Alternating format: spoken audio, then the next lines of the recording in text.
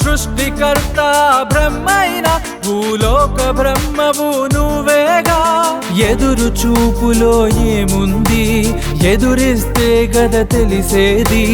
ఆటుపోటులెన్నెదురైనా గెలిచి చూపరా సమరానా. గుండె చాటునా కథలన్నీ కావ్య పాత్రలుగా చిత్రించి, గడప దాటని వ్యధలన్నీ ప్రేమయాత్రలుగా సృష్టించి, నువ్వు గీసేదో చిత్రమైన ప్రాణం పోసిన చలన చిత్రమురా. బ్రహ్మ రాసేది తలరాతలురా, నువ్వు రాస్తే అవి చరితలురా.